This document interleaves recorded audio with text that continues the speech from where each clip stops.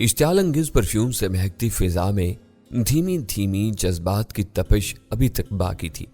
مرزا نے معنی خیز نظروں سے میری طرف دیکھا، پھر ہم دونوں ٹرانسمیٹر کی تلاش میں مصروف ہو گئے۔ مرزا نے مجھے ٹرانسمیٹر کی امکانی ساخت بتا دی تھی۔ مرزا خوابگاہ کے وارڈروب کو کھنگالنے لگا۔ میں وسیع و عریض بیڈ روم کا باریک بینی سے جائزہ لینے لگا۔ میں نے بیڈ روم پر بچھا فارم کا تبیز گدا اٹھا کر ایک طرف پھینک دیا۔ مسیری کے نیچے مجھے ایک بڑا سا سوٹ کیس نظر آیا۔ میں نے اسے باہر نکال کر کھولا۔ اس میں کچھ مردانہ ملبوسات اور متفرق اشیاء کے علاوہ مجھے کوئی قابل توجہ چیز نہیں مل سکی۔ اس اثنا میں مرزا بھی میرے پاس آ گیا۔ اسے بھی کوئی قابل ذکر چیز نہیں مل سکی تھی۔ اسی وقت میری نظر بیڈ کے سرہانے پر پڑی۔ مجھے بیڈ کا وہ حصہ غیر معمولی محسوس ہوا۔ میں نے اس کے ساتھ زور آزمائی کی تو وہ کسی چوبی بکس کے ڈھکن کی طرح کھل گیا۔ سامنے ہی مجھے اپنا گوہر مطلوب نظر آ گیا۔ میں نے مسرور نظروں سے مرزا کی جانب دیکھا۔ اس کی آنکھیں بھی خوشی سے چمک رہی تھی۔ اس نے نہایت احتیاط سے خلا میں ہاتھ ڈالا اور اس چپٹے سے دھاتی بریف کیس کو باہر نکال لیا۔ چلو آپ جلدی سے یہاں سے نکل چلو، ایسا نہ ہو کوئی اور مسئلہ کھڑا ہو جائے۔ مرزا نے اپنی MP5 مجھے پکڑاتے ہوئے کہا۔ ہم لوگ حویلی کے احاطے میں پہنچے۔ میں نے دیکھا کہ چوکیدار کے ساتھ ساتھ اپنی ندا پہ بے حس و حرکت پڑی ہے۔ اسے نظر انداز کر کے ہم دونوں گیٹ کے بھیڑے ہوئے پارٹ کھول کر باہر نکل آئے۔ ہم دونوں جیپ کے دروازے کھول کر جو ہی اندر گھسے، صدیقی بری طرح ہم پر برس پڑا۔ تم لوگوں کا دماغ خراب ہو گیا کیا تم پکنک پر آئے ہو جو ادھر ادھر گھومتے پھر رہے ہو؟ تم لوگوں کو احساس نہیں ہے کہ بس یہ دیکھو ہم تمہارے لیے کیا لائے ہیں۔ مرزا نے دھاتی بریف کیس اس کی گود میں ڈالتے ہوئے کہا۔ صدیقی نے حیران سی نظروں سے بریف کیس کو دیکھا۔ یہ کیا ہے؟ اس کیس میں سردار شاہ مراد کے ملوث ہونے کا پہلا ثبوت، وہ ٹرانسمیٹر جس کے ذریعے یہ شخص راک افسران بالا کے احکام سردار شاہ مراد تک پہنچاتا ہے۔ مرزا نے پچھلی سیٹ پر پڑے افضل کی طرف اشارہ کیا۔ مرزا کی زبان سے نکلنے والے ان الفاظ نے صدیقی کے چہرے پر کوس و قزح کے رنگ بکھیر دیے۔ بہت خوب، یہ کیا ہے نا کام تم لوگوں نے، شاندار قسم کا۔ بس اب تم یہاں سے نکل چلو۔ ذوالفقار تم اسے راستہ بتاؤ۔ مرزا نے پجیرو جیپ آگے بڑھا دی۔ بجائے الٹے ہاتھ یعنی اڈے کی طرف مڑوانے کے، میں نے جیپ کا رخ مغرب کی جانب کر دیا۔ کچھ دیر بعد ہم لوگ آبادی کے درمیان سے گزر رہے تھے۔ میں نے مرزا کو مشورہ دیا کہ وہ گاڑی کی رفتار تیز نہ رکھے تاکہ ہم خواہ لوگوں کی نیندیں اچاٹ کر کے ان کی مشکوک نگاہوں کا مرکز نہ بن جائیں۔ صدیقی پچھلی سیٹ پر پڑے افضل کا جائزہ لے چکا تھا۔ اسے ہوش میں آنے کے لیے کئی گھنٹے درکار تھے۔ چند موڑ مڑنے کے بعد جیپ 36 بلاک والی پانی کی پرانی ٹنکی کے پاس پہنچ گئی۔ تبھی میں نے محسوس کیا کہ مرزا کچھ اضطراب کا شکار ہے۔ اس نے کئی بار عقبی آئینے پر نگاہ ڈالی۔ مجھے کسی خطرے کا احساس ہوا۔ میں نے پیچھے مڑ کر دیکھا، وہاں پر مجھے کوئی قابل ذکر شے نظر نہیں آئی۔ مرزا نے ایک بار پھر عقبی آئینے پر نگاہ ڈالی۔ خیریت تو ہے مرزا صاحب؟ آپ کچھ پریشان ہیں؟ میں نے پوچھا۔ میرا خیال ہے ہمارا پیچھا کیا جا رہا ہے، مرزا نے پریشان سے لہجے میں کہا۔ اس کی بات پر ہم دونوں ہی چونک اٹھے۔ اوہ، یہ آپ کیا کہہ رہے ہیں؟ یہ ہمارا پیچھا کرنے والا کہاں سے آن ٹپکا؟ پتہ نہیں، کوئی گاڑی ہے جو لائٹیں بند کیے خاصا فاصلہ رکھ کر ہماری گاڑی کا تعاقب کر رہی ہے۔ مرزا کی بات سن کر میں سیٹ پر اٹھ کر کھڑا ہو گیا۔ جیپ کا سن روف ہٹا کر میں بغور جیپ کے عقب میں دیکھنے لگا۔ خاصی جدوجہد کے بعد بالآخر وہ گاڑی مجھے نظر آ ہی گئی۔ آپ صحیح کہہ رہے ہیں مرزا صاحب، کو گاڑی ہے جو مسلسل ہمارا پیچھا کر رہی ہے۔ پھر اب کیا کیا جائے؟ اس گاڑی میں موجود افراد شاید صرف ہمارے ٹھکانے کا پتہ لگانا چاہتے ہیں، مرزا نے اضطراب کے عالم میں کہا۔ یہ جو کوئی بھی ہوں، ہمیں ان سے فوری طور پر چھٹکارا پا لینا چاہیے۔ بصورت دیگر یہ ہماری زندگیوں کے لیے موت کا پیغام ثابت ہو سکتے ہیں، مگر یہ گاڑی تو ہماری جیپ سے اتنا فاصلہ رکھے ہوئے ہے کہ ہم اس کا کچھ بھی نہیں بگاڑ سکتے۔ ایسے میں مرزا نے مضطرب لہجے میں کہا، اس کا علاج کوئی مشکل نہیں۔ آپ گاڑی کو بظاہر بائیں ہاتھ پر موڑیں، اس کے بعد تمام لائٹیں بند کر کے گاڑی کو دائیں ہاتھ پر ٹنکی والی گول چرنگی کے گرد گھما لیں۔ وہ لوگ سمجھیں گے ہم بائیں ہاتھ پر مڑ گئے ہیں۔ جو ہی ان کی گاڑی یہاں سے بائیں مڑے گی، ہم گولائی کا چکر کاٹ کر ان کے عقب میں پہنچ جائیں گے۔ میری تجویز کو قابل عمل محسوس کر کے مرزا نے فوری طور پر اسے عملی جامہ پہنا دیا۔ جیپ کی لائٹس بند ہوئیں اور وہ ٹینکی والی گول چرنگی کا چکر کاٹنے لگی۔ اس اثنا میں MP5 کے ساتھ جیپ کی چھت میں موجود سن روف کے خلا میں پوزیشن سنبھال کر کھڑا ہو گیا۔ جیپ نے گھات لگائے ہوئے چیتے کی مانے نہایت آہستگی اور خاموشی سے چرنگی کا چکر کاٹا۔ اسی وقت ہمیں اپنے تعاقب میں آنے والی گاڑی نظر آ گئی۔ میں نے اس گاڑی کو فوراً پہچان لیا۔ اس کے ساتھ ہی مجھے اپنے پورے وجود میں سنسناہٹ کی لہر توڑتی محسوس ہوئی۔ وہ گاڑی دراصل پولیس جیپ تھی اور اسے چلانے والا کوئی اور نہیں، ندا تھی۔ ہم نے اس کی حالت کا غلط اندازہ لگایا۔ اس نے شدید زخمی اور پھر بے ہوش ہونے کا ناٹک کیا۔ ہم اس کے فریب میں آ گئے اور اسے اپنی سمجھ کے مطابق نیم مردہ سمجھ کر وہیں چھوڑ دیا۔ इस पर दूसरी हमाकत ये कि पुलिस की जीप भी मां चाबी सही सालम वहां छोड़ दी, ताकि अगर कोई हमारे ताक़ुब में आना चाहे तो उसे किसी किस्म की दुश्वारी पेश न आए। पुलिस की जीप कदरे तेज रफ्तारी से चुरंगी से बाएं हाथ वाली सड़क पर मुड़ गई। मिर्जा ने अपनी जीप भी इसके पीछे लगा दी। निदा ने फौरी तौर पर सूरत-ए-हाल का अंदाजा लगा लिया। इसकी जीप की रफ्तार में बेहद तेजी से इजाफा हुआ, लेकिन मिर्जा ने उसे निकल भागने का मौका नहीं दिया। दोनों गाड़ियों का बाहिमी फासला बरकरार रहा। मैंने अपनी MP5 अपने निशाने से लगाई, पुलिस की जीप के अकबी हिस्से का निशाना लिया और फायर खोल दिया। जलतरंग की मखसूस आवाज के साथ गोलियों की बौछार MP5 से निकली और पुलिस की जीप की अकबी खिड़की के शीशे चिकनाचूर हो गए। जीप एक मरतबा बुरी तरह लहराई, लेकिन निदा ने उसे फौरी तौर पर संभाल लिया। इसने जीप की रफ्तार में मजीद इजाफा कर दिया, लेकिन हमसे जान नहीं छुड़ा सकी। गोलबाग की गोल चुरंगी पर पहुंचकर उसने गोलाई का चक्कर काटने के बजाय जीप को बराह रास्त दाएं हाथ पर मोड़ दिया। मिर्जा ने बिना चाबकदस्ती से उसकी पैरवी की। निदा अपनी पूरी कोशिश के बावजूद दोनों गाड़ियों का बाहिमी फासला न बढ़ा सकी। सीधी सड़क पर आते ही मैंने एक मरतबा फिर जीप का निशाना बांधा और ट्रैगर दबा दिया। एक मरतबा फिर गोलियों की बौछार जीप की बाड़ी पर पड़ी। एक जबरदस्त धमाके से जीप के पिछले हिस्से में नस्ब इजाफी टायर फटा, लेकिन जीप की रफ्तार पर इसका कोई असर नहीं पड़ा। मैंने एक मरतबा फिर जरा ज्यादा एहतियात से पुलिस जीप का निशाना बांधा। जीप के टायरों को अपना हदफ मानकर मैंने MP5 का ट्रैगर दबा दिया। मेरी काविश तीर बहदफ साबित हुई। जीप के दाएं अकबी टायर के परखच्चे उड़ गए। तेज रफ्तारी से दौड़ती जीप मस्त हाथी की तरह लहराई। कबल इसके निदा इस पर काबू पाती, जीप बेकाबू होकर एक इलेक्ट्रिक पोल से टकराई और एक झटके से रुक गई। मैंने एक ही नजर में अंदाजा लगा लिया कि इस शदीद तसादुम के बाद गाड़ी स्टार्ट होने का सवाल ही पैदा नहीं होता। निदा भी यकीनन शदीद जख्मी हुई होगी, लेकिन मैंने मिर्जा को जीप ठहराने नहीं दी। कुछ ही देर बाद इस इलाके के तमाम बासी अपनी मीठी नींद से बेदार होकर इस जगह पहुंच जाते। इनमें से किसी भी सरफिरे की मुहिम जोई की ख्वाहिश अमली मसाइल का बायस बन जाती। ये बाएं हाथ पर मुड़कर दोबारा कादरिया के सामने से गुजरकर सीधी स्टेशन रोड पर जा चढ़ी। जीप की विंडशील्ड की खस्ता हालत किसी भी लम्हे हमें मशकूक बना सकती थी, लिहाजा मिर्जा ने जीप के एक्सीलेटर पर पैर का भरपूर दबाव मुसलसल बरकरार रखा। सर्किट हाउस के सामने से हम बाएं हाथ मुड़े और गोल सड़क के बाएं पहलू से चक्कर काट कर सीधे कॉलेज वाली चुरंगी पर जा पहुंचे। रात के आखिरी पहर की खुनक ख्वाब आलूद फिजा ने हमें किसी भी मुदाखलत को निंदा से महफूज रखा था। इस वक्त शायद कानून के रखवाले और कानून शिकन दोनों ही ख्वाब खरगोश के मजे लूट रहे होंगे। अलबत्ता हमें डॉक्टर सनम पूरी तरह जागती हुई मिली। इसने मुझे गेट के पास देखती गेट की खिड़की खोलती। क्या तुम लोग? हम लोग कामयाब लौटे, मैंने धीमे से लहजे में उसे तसल्ली दी। तुम लोग खैरियत से तो हो ना? कोई जख्मी? उसने तशवीश भरे लहजे में कहना शुरू किया। इसे जवाब देने के बजाय मैंने जीप का दरमियानी दरवाजा खोल दिया। मिर्जा और सदीकी ने बेहोश अफजल को गाड़ी से उतारने में मेरी मदद की। मैं और सदीकी इसे डंडा डोली करके घर के अंदर की तरफ बढ़े, जबकि मिर्जा मोहतात नजरों से आसपास के माहौल का जायजा लेता रहा। अफजल को देखकर डॉक्टर सनम के चेहरे पर जोश और तजस्सुस के आसार नमूदार हुए। तो ये है वो। इसी वक्त उसकी नजर अफजल के खून में लथड़े चेहरे और लिबास पर पड़ी। ये तो शादी जख्मी है। हाँ, हम इसे शादी का दावत नामा देने तो नहीं गए थे, मिर्जा ने हल्की सी झुंझुलाहट के साथ कहा। आप फिक्र न करें, इसकी जिंदगी को कोई खतरा नहीं है, या कम अज कम फिलहाल तो नहीं है। सदीकी ने डॉक्टर सनम को तसल्ली दी। तमाम रास्ते अफजल की निगरानी की जिम्मेदारी वही निभाता रहा था। अफजल को मुआयने की टेबल पर लेटा दिया गया। तुम लोग इसे अच्छी तरह से काबू करके बांधो, इस असना में मैं जीप से निजात हासिल करके आता हूँ। ठहरिए मिर्जा साहब, मैं भी आपके हमरा चलता हूँ। इसकी मुश्किल कसने के लिए डॉक्टर सनम और सदीकी साहब काफी हैं, मैंने कहा। मिर्जा ने मेरी तजवीज़ पर कोई एतराज़ नहीं किया। मैंने मिर्जा की डांट के पुल तक रहनुमाई की। मेरा ख्याल है गाड़ी को नहर में गिरा दिया जाए। मिर्जा ने तजवीज़ पेश की। नहीं, इसकी ज़रूरत नहीं है, इस तरह खामखा लोग हमारी तरफ मुतवज्जा हो जाएंगे। जीप को एक तरफ ठहरा थे। ये बेहद मसरूफ शारा है। वो लोग किसी तरह भी अंदाज़ा नहीं लगा सकते कि हमारा ठिकाना किस तरफ है। मिर्जा ने मेरी राय से इत्तिफाक किया। पजीरो जीप को एक तारीख गोशे में खड़ा करके हम लोग इससे उतर आए। आबादी के दरमियान से गुजरकर हम बहुत कम वक्त में अपने ठिकाने पर पहुंच गए। अरे, आप लोग इतनी जल्दी वापस आ गए? डॉक्टर सनम ने हैरानी से पूछा। जी मोहतरमा, आपने अभी हमारे कमालात देखे ही कहाँ हैं, मैंने शगुफ्ता लहजे में कहा। आगे आगे देखिए, होता है क्या? अच्छा जनाब, आप जो कुछ दिखाएंगे मैं देख लूंगी। फिलवक्त तो आप लोग सदीकी साहब के पास पहुंचे। मैं फटाफट चाय और हल्का फुल्का नाश्ता तैयार करके लाती हूँ।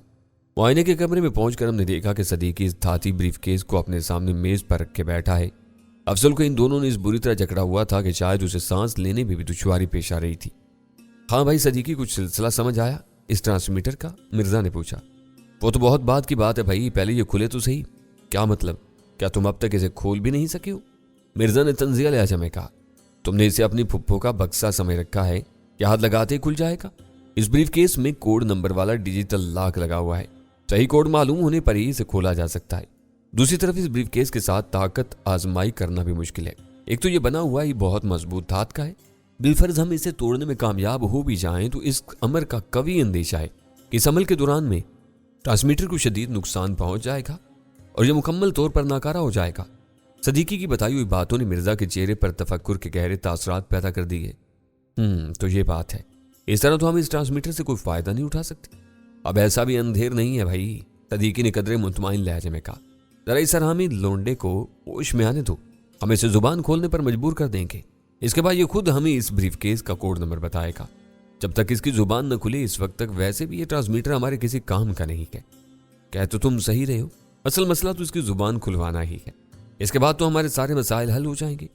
खैर, ये हमारे सामने कितनी देर अपनी जुबान बंद रख रखेगा, मैं तो उसका खून पी जाऊंगा, मिर्जा ने पुरएतमाद लहजे में कहा। मैंने उसकी खुशहमी पर मबनी दावे को जुटलाने की कोशिश नहीं की। इस समय शायद वो मुकम्मल तौर पर इस हकीकत को फरामोश कर चुके थे कि इनका वास्ता एक तरबियत याफ्ता गैर मुल्की एजेंट से है। तुमने इसके मुंह पर जमा खून साफ नहीं करवाया। मैंने अफजल की दगरगूं हालत पर नजर डालते हुए सवाल किया। डॉक्टर सनम इसका चेहरा साफ करना चाहती थी, लेकिन मैंने इसे मना कर दिया। अगर इसका खासा खून बह चुका है तो हम इसकी जिंदगी को कोई किसी किस्म का खतरा लाक नहीं है। मैं चाहता हूं कि इसी हालत में होश में आए, खुद को इस बेबसी और कसम पुरसी की हालत में जकड़ा देकर ये नफ्सियाती इज़्म हिलाल का शिकार हो जाए। अपना खून देकर शायद इसकी कुव्वत मुज़ाहमत जल्द जवाब दे जाए। मिर्जा ने इस बात में सर हिलाकर इसकी मुवक्कफ की तायद की। डॉक्टर सनम जब चाय और लवाजम लेकर आई तो पोप फुटने वाली थी। मैंने महसूस किया कि वो थोड़े से असाबी तनाव का शिकार है। शायद वो आने वाले लम्हात के बारे में सोचती रही थी।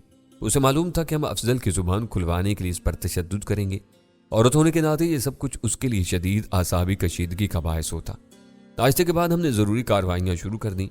मिर्जा और सदीकी ने डॉक्टर सनम के हालात जराही की मदद से अफजल का मुंह खोल लिया। वो बड़ी बारीक बीनी से इसके दांतों का जायजा लेते रहे। मेरी समझ में नहीं आया कि वो लोग क्या तलाश कर रहे हैं। कबल इसके कि मैं कोई सवाल करता, मिर्जा पुरजोश लहजे में चिल्लाया, ये रहा ऊपरी दाढ़ों के आखिर में। सदीकी ने चौंक कर मिर्जा की बताई हुई जगह पर, वो पीला पीला नुकीला सिरा ना? हाँ बिल्कुल वही, ये यकीनन मसनूई दाढ़ है। मिर्जा ने पुरजोश अंदाज में असबात में सर हिला दिया।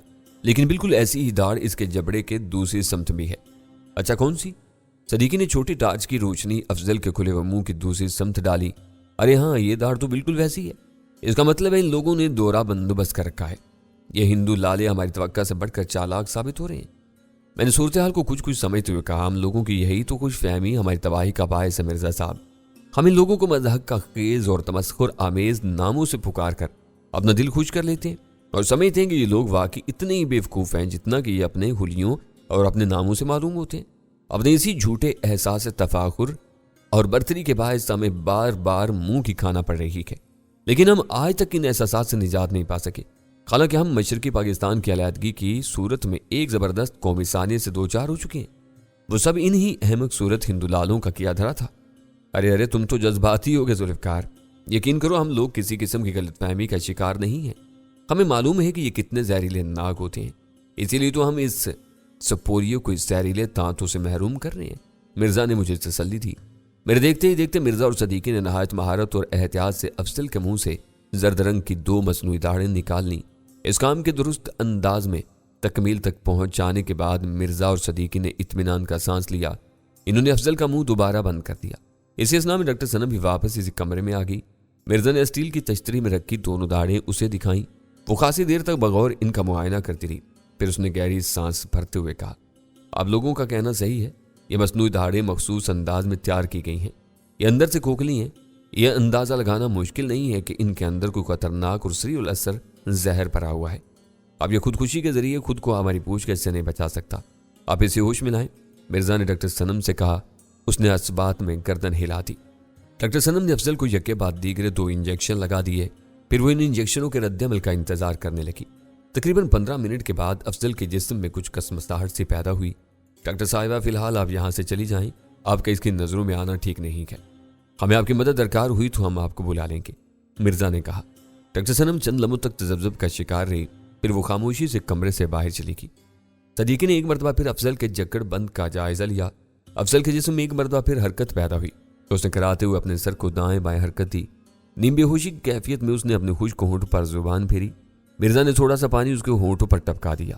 پانی کی چند بوندیں اس کے حلق میں گئیں، باقی پانی اس کے چہرے کو بگوتا اس کی گردن تک پہنچ گیا۔ اس کے چہرے اور ٹھوڑی پر جمع ہوا خون ایک بار پھر کیلا ہو گیا۔ پانی کی ٹھنڈک نے اس کے ہوش و حواس کی طرف لوٹنے کے عمل کو مزید تیز کر دیا۔ مرزا نے اس کے چہرے پر پانی کے چھینٹے مارے، اس کے جسم میں جھرجھری سی پیدا ہوئی۔ اگلے لمحے اس نے کراتے ہوئے آنکھ کھول دی۔ اسے پوری طرح اپنے حواس میں آنے میں زیادہ دیر نہیں لگی۔ اس نے اپنے رسن بستہ جسم پر ایک نظر ڈالی، فوراً ہی اسے ہماری موجودگی کا احساس ہو گیا۔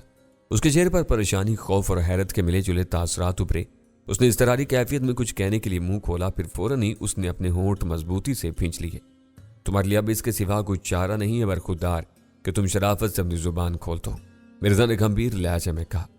افضل کے چہرے پر ایک لمحے کے لیے ہیجانی کیفیت کے آثار ابھرے، لیکن اس نے فوراً ہی خود پر قابو پا لیا۔ تم یہ تو سمجھ ہی گئے ہوگے کہ ہم کون ہیں اور تمہیں یہاں لانے کے لیے ہم نے اتنے پاپڑ کیوں بیلے ہیں۔ ہم اچھی طرح جانتے ہیں کہ تم کون ہو اور کیا کرتے ہو۔ تمہاری بہتری اسی میں ہے کہ جو کچھ ہم تم سے پوچھیں تم شرافت سے ہمیں بتاتے چلے جاؤ۔ ہم تینوں متوقع نظروں سے اس کا چہرہ دیکھنے لگے۔ 1 منٹ، 2 منٹ، 3 منٹ، اس کے ہونٹوں میں کوئی جنبش نہیں ہوئی۔ میں نے مرزا کو آنکھ کا ہلکا سا اشارہ کیا اور ایک جھٹکے سے اپنی جگہ سے اٹھ کھڑا ہوا۔ اس کتے کے بچے کے ساتھ مغزماری کرنے کا کوئی فائدہ نہیں ہے مرزا صاحب، میں نے غیظ و غضب سے بھرپور لہجے میں کہا۔ اسے میرے حوالے کر دو، میں اس کی ہڈیاں چور چور کر دوں گا۔ میں اس انداز میں افضل کی طرف بڑھا کہ گویا واقعی اس کی ہڈیاں چبا جاؤں گا۔ صدیقی نے بکھلائے ہوئے انداز میں اپنے بازوؤں میں مجھے جکڑ لیا۔ ارے ٹھہرو تو صحیح، مجھے چھوڑ دیں صدیقی صاحب، میں اس کا خون پی جاؤں گا، میں اس کی ناپاک زبان اس کے حلق سے کھینچ لوں گا۔ اس کی منحوس شکل دیکھ کر میرا خون کھول رہا ہے، میں نے نیم تلانہ سی مزاحمت کرتے ہوئے کہا۔ مجھے افضل کی آنکھوں میں سر سہمگی کی جھلک نظر آئی۔ اگلے لمحے وہ جھلک غائب ہوگی۔ اس کی ٹوٹی ہوئی ناک اور سر کی چوٹ میں یقیناً شدید تکلیف ہو رہی ہوگی، لیکن مجھے اس کے چہرے پر کسی قسم کی تکلیف کے آثار نظر نہیں آئے۔ صدیقی نے مجھے ایک بار پھر صوفے پر بٹھا دیا۔ اس دوران میں میری خون آلود نظریں مسلسل افضل کو گھورتی رہیں۔ دیکھو میاں، ہمیں اچھی طرح معلوم ہے کہ تم اعلیٰ تربیت یافتہ ایجنٹ ہو، تمہیں ہر قسم کے حالات سے نمٹنے کی تربیت دی گئی ہوگی، تم یقیناً ہر قسم کا تشدد بھی برداشت کرنے کی صلاحیت رکھتے ہوگے۔